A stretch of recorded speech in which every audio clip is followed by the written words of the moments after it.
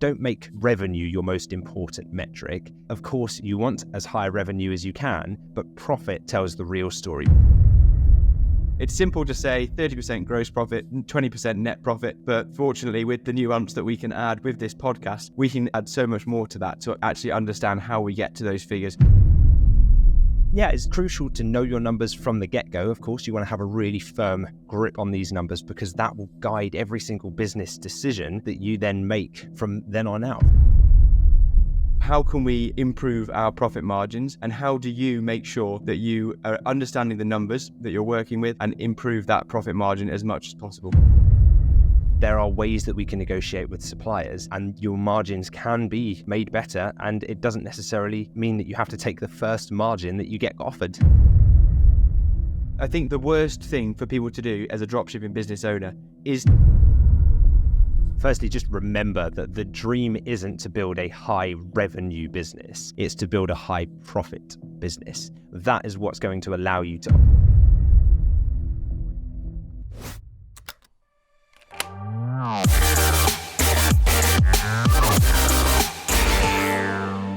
Are you tempted by the world of dropshipping, but you feel puzzled by the allure and all of the talk about revenue? Well, let me let you in on an industry secret. It's not all about revenue. Instead, we need to focus on the profit. And in today's episode, that's exactly what Lewis and I are going to be doing. So whether you're already running a dropshipping business or if you're crucially thinking about starting a dropshipping business, let's talk about today how we can help people to think not just about the money that's coming into your business, but how much can you actually keep in your pocket at the end of the month and at the end of the year. So Lewis, let's kick things off. Where would you say the typical sort of profit margins are for a dropshipping business? Absolutely, yes. So just to be clear, before we jump into that, profit margin is basically the percentage of revenue that actually ends up being your profit. So think of it as kind of the slice of the pie that you actually get to keep after all of your expenses. So sales revenue is the thing that you see as your top line. That's your sales that have come into the business. If you make a £1,000 sale today, you now have a sales revenue of £1,000. But that obviously only tells half the story, because then you'll need to pay your supplier for the cost of those goods. And maybe you had some ads that you have to pay, and potentially you have a virtual assistant and a bit of software like Shopify, things like that you might have to pay. So the difference between your net and gross margins as well is something that we should explain. So your gross margin is what you agree on with your supplier. So that's the margin that they will give you on paper. It's basically the revenue minus the cost of goods sold, or that's often abbreviated to COGS. You'll see that as. And net margin is a little bit trickier to calculate because that's what remains after all of your operational costs have been deducted from the equation as well. Things like your marketing spend, and your software fees and your phone line, things like that have all been accounted for. That's what you're left with, your net margin. So in terms of a typical gross margin, to answer your question, James, using our home turf advantage strategy, we typically see around 30%, we'd say is kind of average. I mean, you'll see like examples of people with margins of 40% or even 50% gross margin. And sometimes that depends on the relationship that they've built with the brand and the supplier. Over time, they might get an even better margin. Perhaps when the supplier has some stock that they're really trying to move and they want to incentivize their retailers, such as ourselves, to sell it, then they might offer an even healthier margin. So we've seen margins up to 50% gross margins. So that's the slice that you're negotiating with the suppliers. The net profit is harder to predict because that's heavily influenced by your marketing performance and also the general setup of your business. There are quite a few levers that you can pull to adjust what your net margin ends up being. So you could be an absolute wizard with Google Ads and store design and making your store as high CRO as possible, so your conversion rate optimization could be really good. So every single visitor that comes to the store, there's a high likelihood that you can get them to purchase because you've created such a compelling and frictionless store design. Or you might just still be learning the ropes and kind of have a very basic version of all of those things. And the nice thing is there's enough buffer and enough profit in cash in these high ticket sales that it works for both advanced experts and complete beginners. That's why it's such a beginner friendly business model. And over time, you'll only see that percentage increase as you get better and hone your skills as well. So that will really sway your net margins. So yeah, it's crucial to know your numbers from the get-go. Of course, you want to have a really firm grip on these numbers because that will guide every single business decision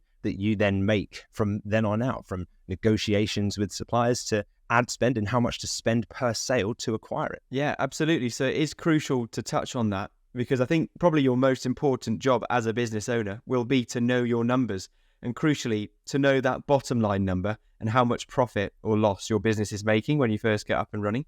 So that is something we need to touch on. And I appreciate as well touching on all of the different definitions within profit. As the gross profit, when I asked you that question about what the typical margins, very difficult to predict the net profit. However, the gross profit, typically I see around a 30%, but recently it's probably up to 35% within my business. But the net margin, it's harder to predict. It's simple to say 30% gross profit, 20% net profit, but fortunately with the nuance that we can add with this podcast, we can add so much more to that to actually understand how we get to those figures and where your business would be depending on the decisions that you make. So let's really dive into this, Lewis. I know it's always been clear to me the way that you and Dropship Unlocked talk about revenue and profit is always to give people the clear and honest picture of what it's like to run a business, not about a get-rich-quick scheme, and you never do ads standing in front of a Lamborghini for that reason. So that's talk about now.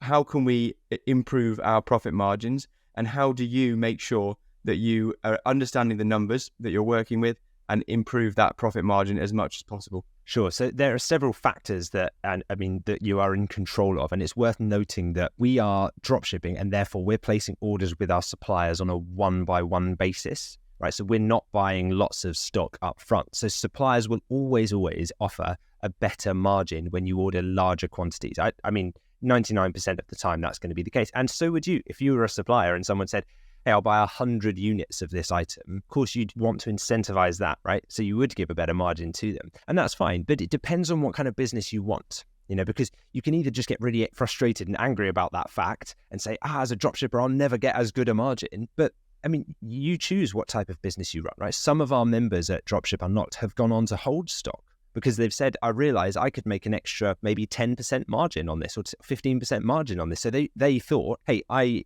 really want to squeeze as much profit margin from every single sale as I can. Therefore, I'm going to maybe get a facility, get a warehouse or use a third-party logistics company and actually hold some stock. And they almost evolved the model from just dropshipping into dropshipping and building a brand and holding stock. Others have they're more of a focus on not having to deal with logistics and having their money tied up in stock. And they just prefer to keep it as pure dropshipping because it lends itself better to the type of lifestyle that they want. They want the freedom, they want the autonomy, they don't want that liability or the ties of knowing they have lots of money tied up in stock. So it's a bit like, imagine if I said right now, I'm going to go and sit on a bench outside and have a cup of coffee, right? The experience that I'm trying to create there is to just enjoy the time sitting on the bench in the sun, having a cup of coffee.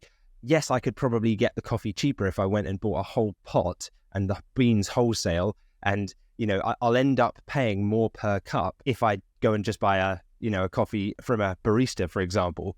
But if your aim is to go and sit on the bench in the sun and enjoy your day and the coffee is just part of that experience, then yeah, of course you could get it cheaper if you bought the whole pot, but that's part of the equation. You might just want a nice latte in the sun, and it's the same. If you're happy to pay a little bit extra in your business for that freedom of being able to keep it pure dropshipping, that's okay. It doesn't, you don't always have to chase just the profit. Like there's a kind of an enjoyment balance that needs to be found, I feel, and I believe that a big part of this is create the kind of business that you want to run for the long term. Don't just chase the profit at all costs.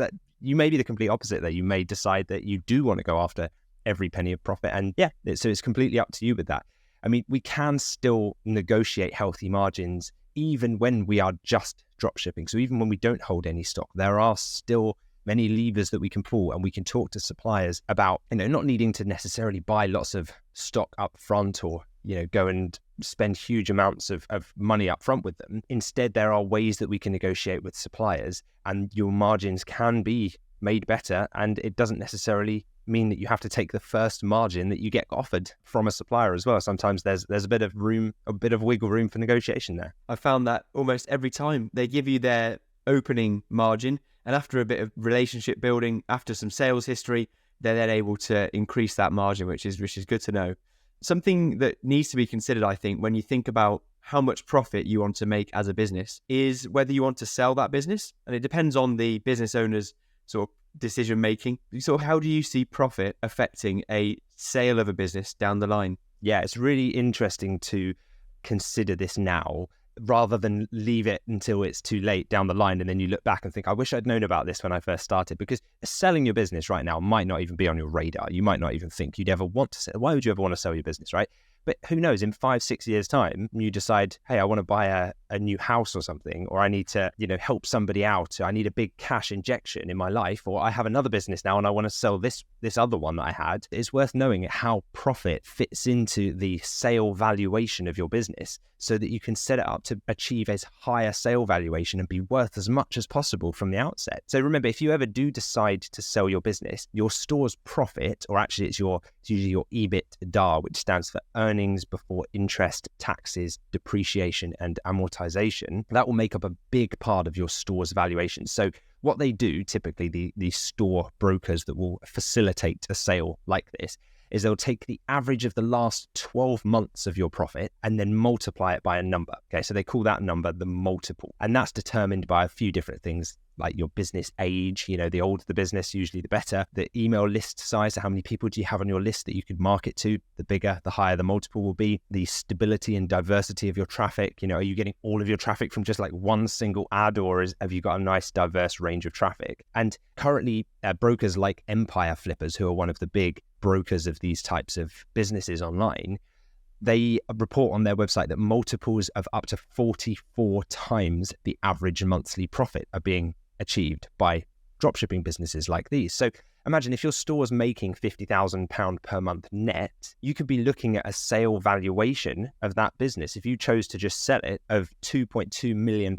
That's like cashing in 44 months worth of profit up front in one transaction, and then you hand over the keys of your business and you're done. You have 2.2 million in the bank. So it's pretty incredible, and it's worth considering that from the outset. So if you can increase your margin overall, that sale valuation that you could eventually exit for will increase exponentially over time. So you just got to make sure that you get that margin where you can early on so that it feeds into your profit history. And those numbers sort of highlight the importance of net profit at the end of each month. It's if you want to sell your business. So it comes into, I think, how you are viewing your business as whether it's a long-term wealth vehicle or something where you need money coming back from the business every month. That will decide actually how much profit you make, I'd say. I think we have more actual control over how much profit we make instead of how much revenue we make. And we can then decide. And if you have a goal in mind of selling your business for £1-2 million, then you're going to then decide to make sure that EBITDA, the fancy word for net profit at the end of each month, is high enough to be able to get a high multiple and sell your business for a high number. So I'm really glad we've touched on the potential sale, which is one of the biggest benefits I think we have of running one of these e-commerce dropshipping businesses. So back to profit margin and maximizing it as much as possible.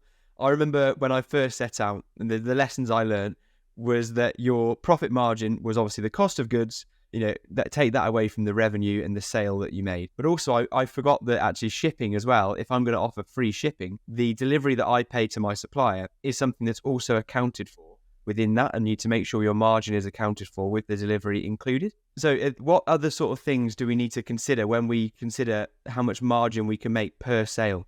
Yeah, well, the free shipping as a retailer being offered to customers, as you just mentioned, there is a huge one, because the trade-off with that is when you offer free shipping, customers will be more likely to purchase from your store. So it increases your conversion rate usually by offering free shipping, even if you bake the cost of shipping into the price of the product, and the product therefore is more expensive than a different retailer who then charge shipping. Everybody loves something free, and people really don't like getting charged something extra that they didn't foresee when they hit the checkout.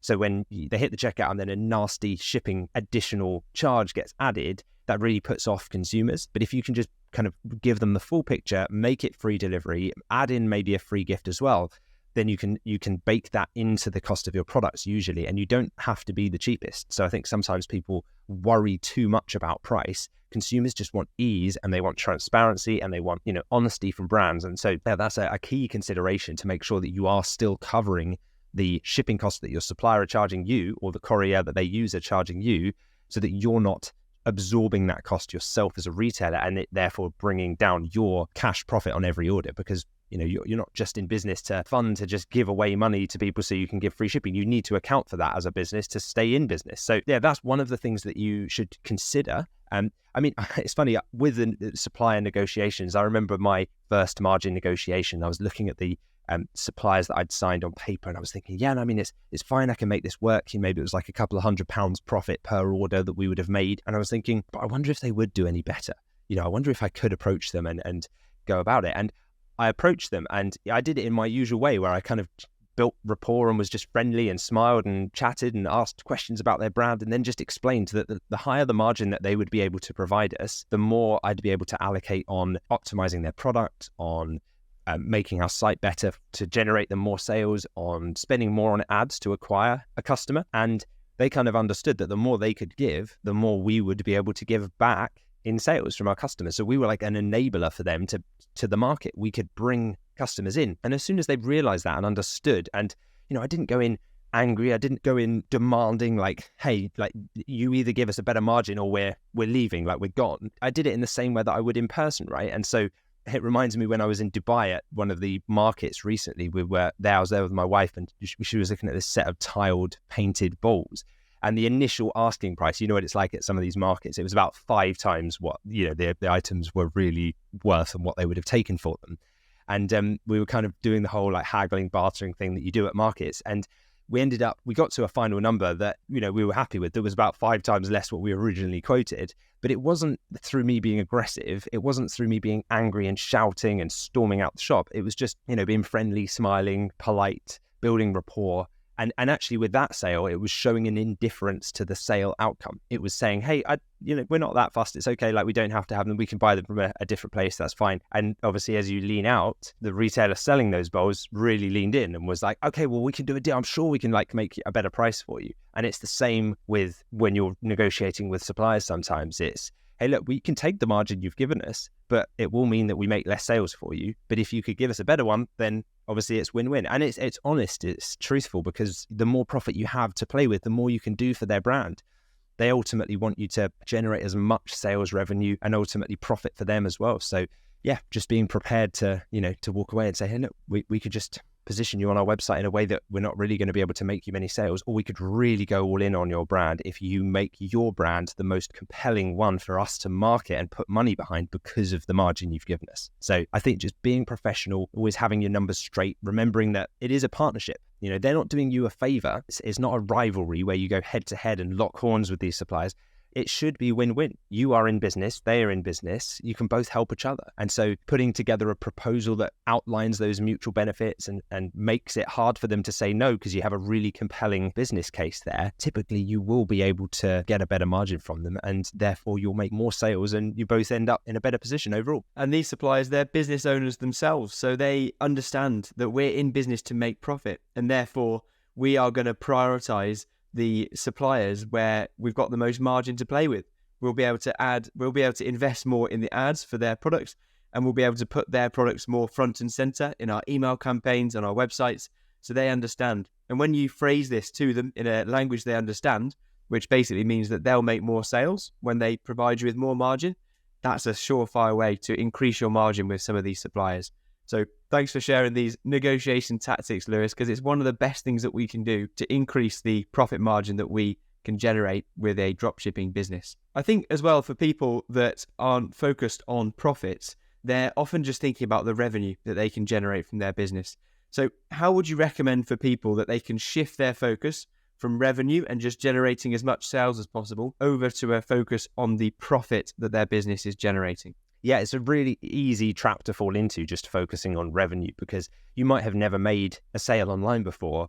And so when this floods of pound signs start coming in on your Shopify notifications, it could be really exciting. And you start to think, wow, I've made £100 here, or I've made £1,000 here. But remember, that is just the sales revenue. You've got to be aware of your costs that are associated behind that sale.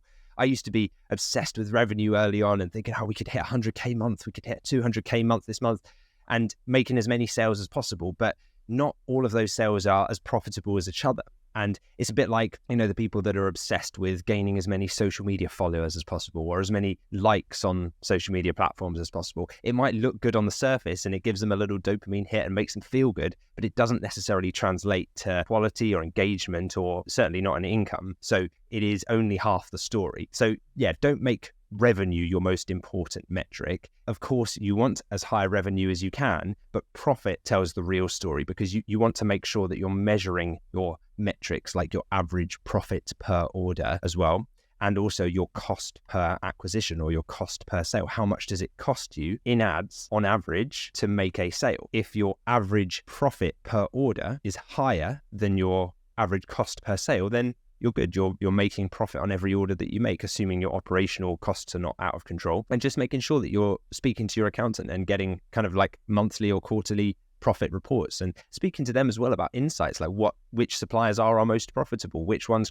are we spending too much on, like, looking into your ad performance analytics and figuring out where could we be spending more and where should we be spending a bit less because we're not making enough profit because the conversion rate's not as high, so there are all these different factors. But yeah, I think that's the way you do it. You have to have a focus on the numbers, because without knowing those numbers, it's very easy to just look at the sales and think, great, we're doing well, but that can be a bit of a slippery slope if you're spending too much in other areas. Definitely can be a trap. So the only way you can really go out of business in dropshipping is if you take your eye off that profit number.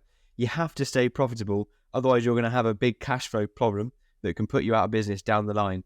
So I think the worst thing for people to do as a dropshipping business owner is to just focus on the revenue that you're generating. That's probably the number one way that would actually put you out of business if you're just trying to grow too fast or make too much revenue quickly, because you might be doing that at the expense of spending too much in ads and not doing it profitably. So if you take your eye off the right numbers to track, which is your target, which is your return on ad spend from your marketing campaigns, that's how you can get yourself into some trouble. So I want to talk a bit more about the marketing performance, Lewis, because it makes such a large impact on the net profit that we're overall able to achieve with a dropshipping business. So how can we optimize our ads for high profit rather than just for revenue? Yeah, exactly. You don't just want ads that are just firing to try and get as much revenue at the cost of profit as possible, right? So one of the ways is the bid strategy that you choose. So for your Google ad campaigns, for example, you could choose to focus your Google ads on getting as many conversions as possible. Now, that might sound appealing, but your campaign won't then be optimized for profit. So it might just get you loads of really low-priced sales of like accessory products for maybe £50 or £100, when your core products that really generate the bulk of the profit in your business might be the ones that are £1,000 or £2,000 per order. So instead, what we do is use the bid strategy in Google Ads, maximize conversion of value, and set our target return on ad spend in there as well to whatever our target return on ad spend is. That will vary for you based on the unique circumstances of your business. So I can't say what that would be for you because it will depend on the margins you've negotiated with your suppliers. But we show you how to calculate that when you first start, and so that you can keep track of your ad campaign right down to brand level and see your different suppliers, your different brands, even down to product level, and know which products are bringing in the most profit and which are maybe bringing a lot of sales, but actually costing you so much in ads to acquire those sales that they're maybe breaking even or even loss-making. So you could have some really high-selling products and you're spending way too much on ads, or the margin's just not big enough and it doesn't tell the full story. So like you said, being aware of this is key in dropshipping, because it really is one of the only ways that you can mess it up. And I've done it. You know, I'm absolutely the first to admit that I took my eye off the ball early on with this, and it nearly cost me my business. So it's something to be very, very aware of. What it means though, when you set your bid strategy to maximize conversion value, is that Google will not just aim to get any conversion. They're not just going to say, okay, well, a sale is a sale is a sale. Let's just try and find one for you. Instead, it will focus on finding the higher revenue conversions. So it will try to seek out, and remember, they're using thousands of data points here to do this in real time. But if they could see someone is searching for a £2,000 barbecue and you sell that, maybe it will increase your bid so much so for that particular search, because it knows that if that person converts, then that's a very profitable sale for you. And then suddenly you get that sale, and then floods of pounds come in because you make the £2,000 sale. Suddenly your return on ad spend for that campaign can go much, much higher. And so one of the ways to do that and see at a glance of how profitable you are is looking at your campaign's conversion value over cost, or return on ad spend, and just checking that that meets your target return on ad spend based on your margins with your suppliers. And we've spoken at length about how to set up your Google ads in a recent podcast episode. So that really talks about how people can go from start to finish with setting up one of these campaigns. But the importance here is that you're setting it up with the right bid strategy to tell Google that you need to make sales profitably, and you can't just be generating revenue at any cost. Yeah, exactly. Another thing to remember is that as you scale up, your percentage net margin will likely decrease, because your business will become a bit more expensive to run if you start to really ramp things up. So your operational costs will increase. That might mean spending more on ads, maybe on other ad platforms as well. You might have a few more staff, a couple of virtual assistants, someone on live chat, someone on phone support. Maybe you need a bit more accounting input from your accountant, which costs more, some more software to run your business. Now, that's okay if your increase in the volume of sales that you make increases enough to compensate for those extra costs. So imagine if you say you made £500,000 in sales, that's your revenue, okay, top line. If you had a 25% net margin, that would leave you with 125,000 in net profit. Okay, so 125 grand from 500,000. But then say you decided, I'm scaling up this business, I'm really going to ramp things up, and you doubled your revenue to £1 million in sales. If your net margin then dropped by 5% to only 20%, your margin's now dropped down by 5%, right? But because you doubled your overall sales, you've now got 200,000 in profit. So whilst, you could have stopped at 500,000 and said, that's it, that's the ceiling for my business, I want to stop here, because if I have to go any higher, then I have to give away a percentage of my margin. And you could have just settled for making 125,000 in net profit per year from forevermore and just said, well, that's it. But instead, if you scaled to that £1 million mark in revenue, even if it meant giving up that 5% extra margin due to all the extra costs, you end up with 200,000 in profit at the end of it all. So 75,000 in profit more, and that's cash profit. So what matters ultimately is the cash profit that you end up with. It's not the percentage. The percentage alone doesn't really mean anything. It's the amount you're left with overall at the end of it. And that's all that matters. So you can make more money with a lower margin if you've scaled yourself up sufficiently. So it's up to you as a business owner to make that decision to ultimately grow the business to the level you want it to grow and take out the level of profit you want to take out as well. I think oftentimes profit, you can actually dictate how much you take out of a business. Sometimes, and my sort of understanding of this has developed after running a business for multiple years now, I realized that sometimes if you take out a lot of profit for yourself because your personal expenses are high, then that can actually stunt the growth of your business. So instead, it's better to reinvest some of the profits that you're generating, and then therefore you're taking a longer term approach, and you can grow your business much higher and much larger, but over the longer term. So it's interesting to see that. And I think that will be the thinking that develops for a lot of business owners as you get into business. Initially, you're thinking so closely related to the profit that the business makes, and that is basically directly the amount that you take home. But as you grow in business and as you realize that you want to reinvest and scale and grow something that's really going to have a really large business in the future, then you want to reinvest that profit and perhaps take out less initially. So I love talking about all this sort of business fundamentals, Lewis. I'm glad we were able to touch on this today, and it's opened up a lot of different conversations, which I want to cover in other podcast episodes as well. But to take away for people for actions, so some actionable steps for listeners, what would you suggest they do straight away to shift to that profit first mindset? Yeah, well, firstly, just remember that the dream isn't to build a high revenue business. It's to build a high profit business. That is what's going to allow you to ultimately leave your 9-to-5 job and live life on your own terms. It's the profit that will be able to pay you to do that. It's not the revenue that tells the full story. So to learn how to set up a high profit dropshipping business, you can get a copy of my book, The Home Turf Advantage, from htabook.com. That book goes in depth on precisely step-by-step how to build a profit-focused high-ticket dropshipping business. Just a quick heads up, if you'd like to share your questions, stories, successes, or challenges, you can email us directly at podcast@dropshipunlocked.com. And you never know, we might even feature you on the next podcast episode. Also, if you want access to today's show notes or any of the resources we've mentioned in the episode today, then head over to dropshipunlocked.com/podcast. We also have a small favour to ask of you. If you enjoyed the show so far, you could take a minute to leave us a rating and review on your podcast platform of choice. You wouldn't believe how much your reviews help us grow the podcast. We'll even read out some of our favourites on the next episode. So if you want to be featured on the show, please do go ahead and leave us a review today. Thanks so much for your support. We really couldn't do it without you, and we absolutely love hearing what you think of the podcast. Okay, we're now going to highlight a win that we've had recently from a listener, and he got in touch with us through the Dropship Unlocked Masterclass to let us know that he'd recently made his first sale. So thank you very much, Ben, for sharing the news of your first sale. We always love to hear it, and because we love to hear it so much, we thought we would share it on the podcast to let other listeners celebrate that success with you. So Ben made his first sale, and that was for £679, and he made that sale while he was on holiday with his family. And as it must be the first time, judging by the post that he posted to tell us, it must be the first time he'd made that money from while being away, because he said, "Hi all, something weird, terrifying, and cool, exciting just happened. He's currently on holiday with family, away from working on his business, but he's received his first order, and now he's all talking about the excitement and how he needs to get home as quickly as possible to push on with week 5 to learn how he can really now get his ads up and running and really scale his business as much as possible."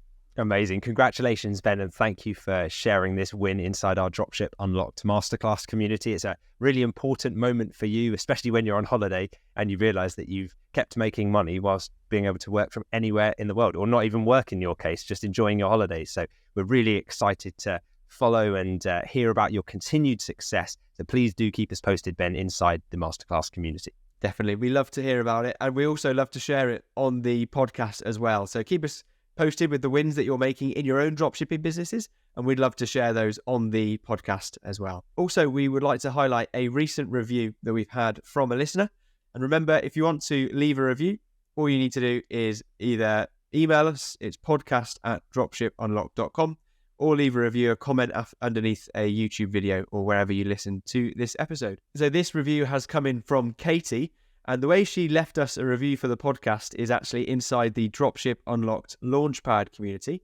And she is a member of that community because she has purchased your book, Lewis.